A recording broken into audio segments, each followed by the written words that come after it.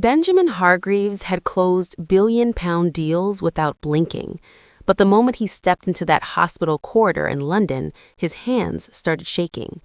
He had driven faster than he ever had in his life. His phone had been ringing for hours, missed calls, voicemails, his sister-in-law Diana's name, over and over again. He told himself it was fine. He told himself he could fix whatever this was. He turned the corner and stopped.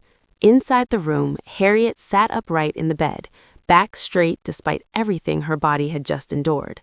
One baby rested against her chest. The other slept in the clear bassinet beside her. Ella and Charlie, his children. Diana stood near the window, arms folded, steady as stone. And just beyond the partially open door, standing in the corridor as if she belonged nowhere and everywhere at the same time, was Victoria. "While I was bringing your children into this world," Harriet said quietly, "your phone was answered by another woman." The room went completely still. This was not about traffic. It was not about a delayed flight. It was about absence. His children had been born, and he was not there.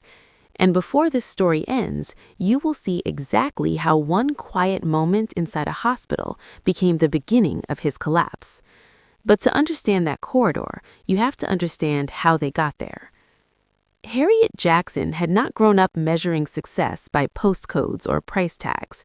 She was raised in a close-knit community in South London, where Sunday afternoons meant extra chairs squeezed around tables that were never quite big enough, food passed hand to hand, aunties talking over each other while gospel music drifted from the living room. In that world, if you succeeded, your family reminded you who helped you get there. If you failed, they reminded you who you still were. That grounding shaped Harriet long before she met Benjamin. By 35, she had built a reputation as one of the most respected corporate solicitors in the city. Not flashy, not dramatic, strategic. She understood contracts the way chess players understand boards, anticipating weaknesses before opponents recognize them. She earned her success the long way, through late nights, unpaid internships, and partnerships built slowly over years. No shortcuts. When she married Benjamin Hargreaves, she believed she was aligning with someone who understood discipline the same way she did. In the early years, their home outside Richmond did not feel hollow. It felt like momentum. Benjamin's tech investment firm was scaling aggressively. The money came quickly, then faster, then overwhelmingly. He introduced her in boardrooms as my wife, the solicitor, not as decoration, as an equal. He asked her opinion on term sheets, on acquisition clauses, on risk exposure. They felt like partners. But wealth changes environments. As Benjamin's net worth climbed, the world he moved in shifted. Private aviation replaced first class. Weekends that once meant brunch with friends became curated gatherings with hedge fund managers who spoke in numbers so large they sounded abstract. Benjamin returned from these trips slightly different each time, more restless, less patient. His phone never seemed fully out of reach. Even when they sat together in the evenings, his attention felt divided. The house looked powerful, it did not feel present, and that distinction would matter more than either of them understood at the time. Harriet found out she was pregnant on a quiet Tuesday morning. Twins. The word echoed in her mind long after the doctor said it. When she told Benjamin that evening, he lifted her off the ground in the kitchen, laughing in disbelief. "Twins? Are you serious?" For a brief moment, everything aligned again. He kissed her forehead. This changes everything. It should have. But as her pregnancy progressed, absence grew louder. Doctor's appointments conflicted with his travel schedule. He attended some and missed others. Each absence was explainable, each one reasonable, but collectively they created distance, not through conflict, but through priority. The night before his final trip, Benjamin packed carefully. 2 tailored suits, casual linen for downtime, the cologne he only used when flying private. Harriet sat at her dressing table brushing her hair, deep into her 3rd trimester. "New York," he said. 2 nights, maybe 3. "Will you keep your phone on?" she asked. The question lingered slightly longer than the others. "Of course," he said. He kissed her temple and rested his hand briefly on her stomach. "Be good in there," he said lightly. He left before sunrise. Benjamin was not flying to New York. His jet was cleared for departure to the Maldives.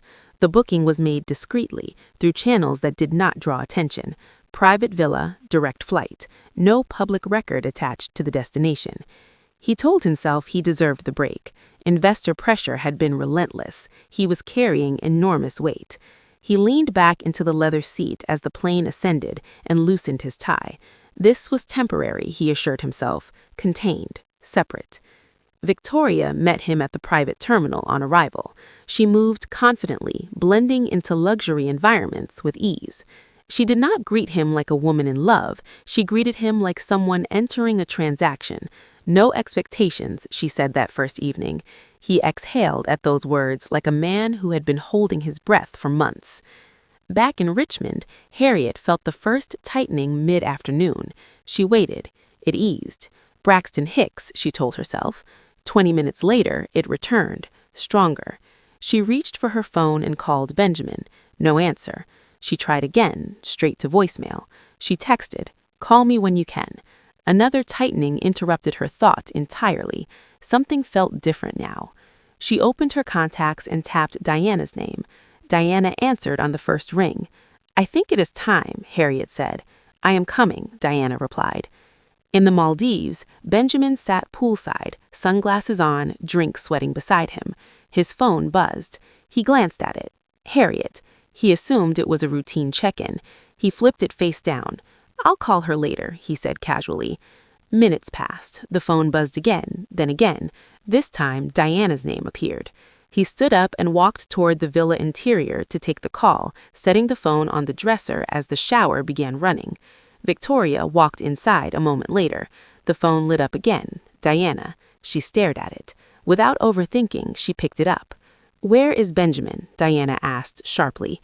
"He's unavailable," Victoria said smoothly. "Harriet is in labor."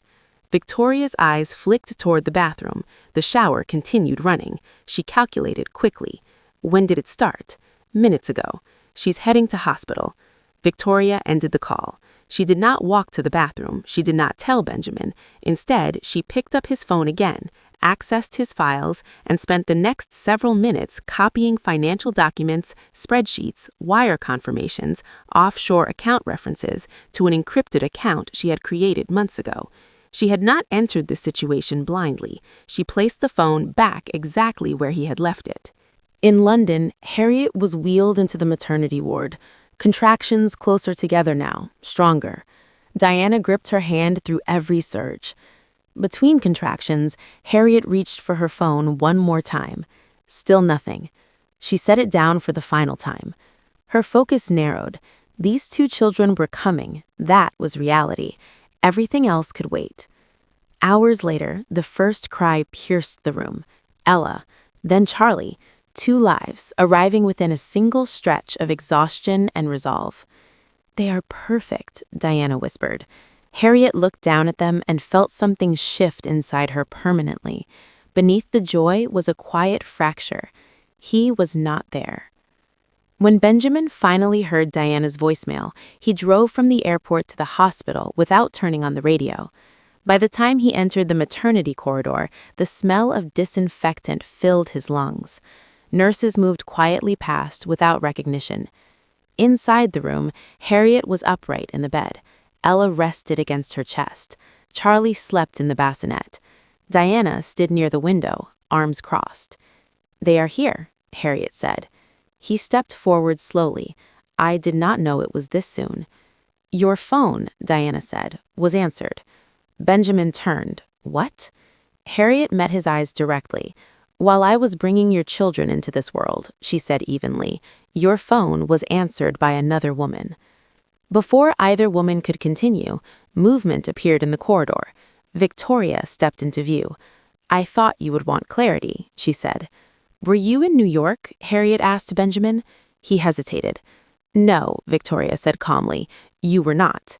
"We were in the Maldives," she continued, "private villa." Diana exhaled sharply. "You left your pregnant wife and flew to the Maldives." Victoria stepped fully into the room and closed the door behind her.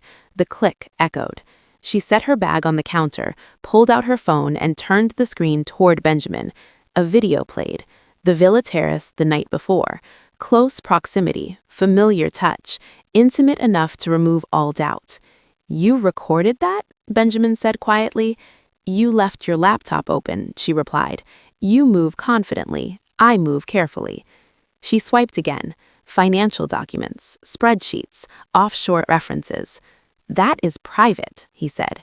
"It is data," she replied.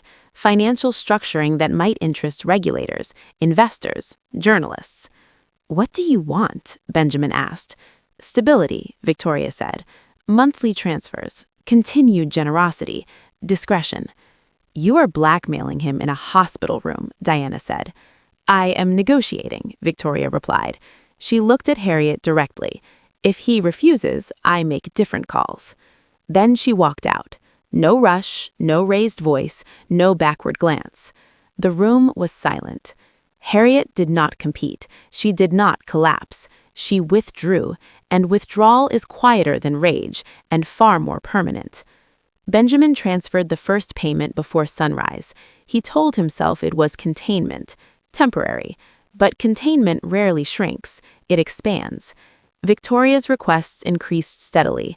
A furnished flat in Chelsea, a vehicle, monthly increases framed as adjustments. Each time he paid, he told himself it would end soon. It did not end. At the firm, subtle changes appeared. An investor postponed a meeting. Compliance flagged an internal review. A respected financial publication ran a headline that did not accuse, but questioned. Concerns raised over aggressive offshore structuring in major London investment firm. The board met. 3 hours. At the end, the chairman spoke carefully. "For the stability of the firm, we recommend you step aside as chief executive pending review." "I built this," Benjamin said. "And you can still protect it," the chairman replied. The stock dipped. Media attention intensified. Benjamin called Victoria. She answered on the second ring. "Did you release those files?" he asked. "You underestimated how quickly information travels," she said. He ended the call. He had paid, he had complied, and exposure had advanced anyway, because payment does not buy safety, it buys time, and time expires. The divorce papers arrived by courier on a Tuesday morning. Harriet had filed cleanly, no public allegations, no reference to Victoria, no vindictive clauses, just clarity. "You could have destroyed me," Benjamin said one evening as they reviewed the terms. "I am not interested in destruction," she replied. "Then why this?" "Because integrity is not optional." The estate sold quietly. Harriet chose a townhouse 20 minutes away, close enough for the children, far enough from the memory. The living room filled with baby gear. A whiteboard calendar replaced imported art. Function replaced spectacle. Diana came almost every day that first month. "You good?" Diana asked one afternoon. "I am steady," Harriet replied. "That is not the same as good," Diana said. "But steady is enough right now." Benjamin attended every scheduled visitation. He sat on the floor with Ella and Charlie instead of checking his phone. He arrived without performance, just present. One evening, after dropping the twins back, he paused at the door. "I was wrong," he said quietly. "Yes," Harriet agreed. "Not sharp, just factual. I tried to control everything." "You controlled outcomes," Harriet replied, "not character." He nodded slowly.